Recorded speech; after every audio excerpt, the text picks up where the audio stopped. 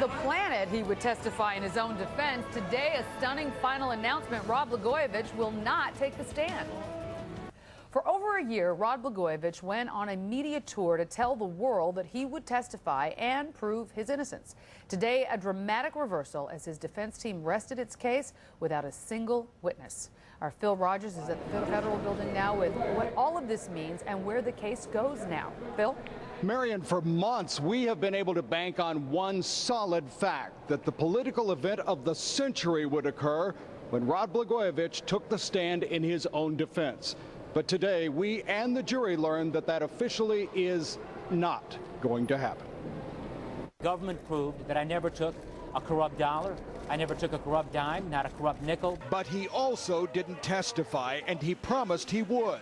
Rod Blagojevich told the judge the decision not to testify was his and his alone. And he repeated his mantra that he never believed he had done the people wrong. I sought the advice of my lawyers and my advisors. They proved that I was on the phone talking to them, brainstorming about ideas. Yes, they proved some of the ideas were stupid, but they also proved some of the ideas were good.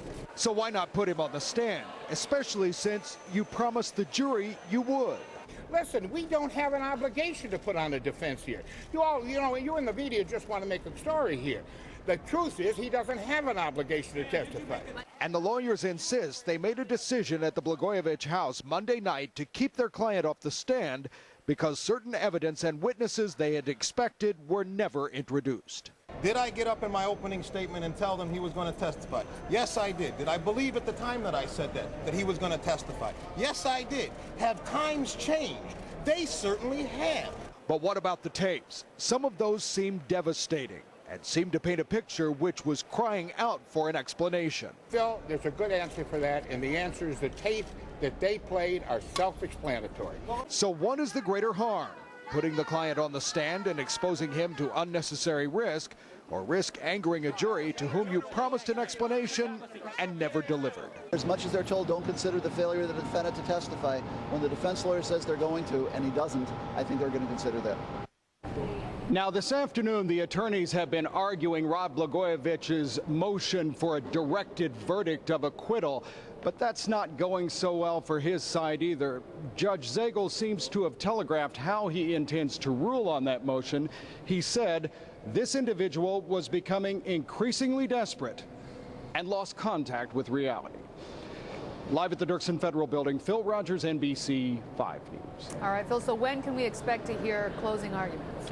Marion, if everything goes according to plan, closing arguments could come as early as Monday. Usually that can take all day.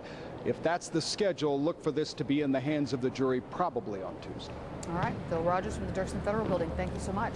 And joining us now is defense attorney Thomas Glasgow to kind of put some of this in perspective. First of all, in your opinion, was it a bad decision for his legal team not to put him on the stand when they promised they would? Well, there are always attendant risks when you put a defendant on the stand. There's that big jackpot payoff if the jury likes him, when he comes across well and he explains what it is that he's done wrong. The jury could end up acquitting him.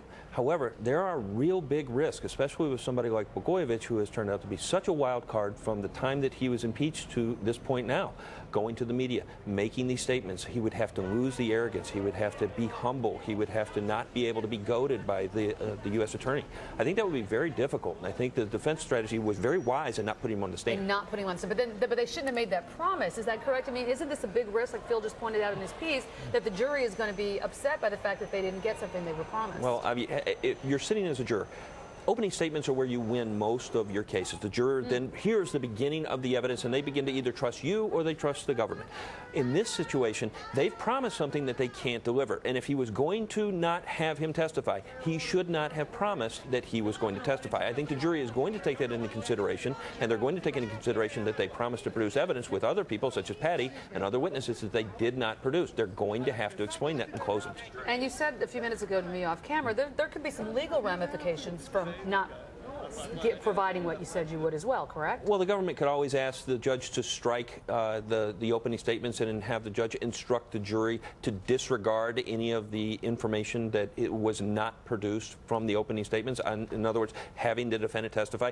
Sam Adams Jr. was very, very adamant about the fact that he was going to testify and not let some lawyer tell the story for him or talk for him. He was going to tell them what happened. That did not occur. So the government could do that. Whether they will or not is really up to them.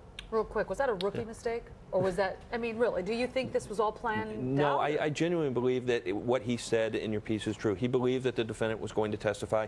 Blagojevich has shown to be very mercurial during the course of these proceedings and the previous proceedings. I think that they've got a client that they're having a hard time controlling, and the fact that he changed his mind is solely his prerogative. All right. Thank you so much. Appreciate you your very much. perspective, Tom. And you can get all of your political updates all day long online. Just check out our political blog, Wardroom. You can find in-depth analysis of the latest news and exclusive video of Chicago's political influencers.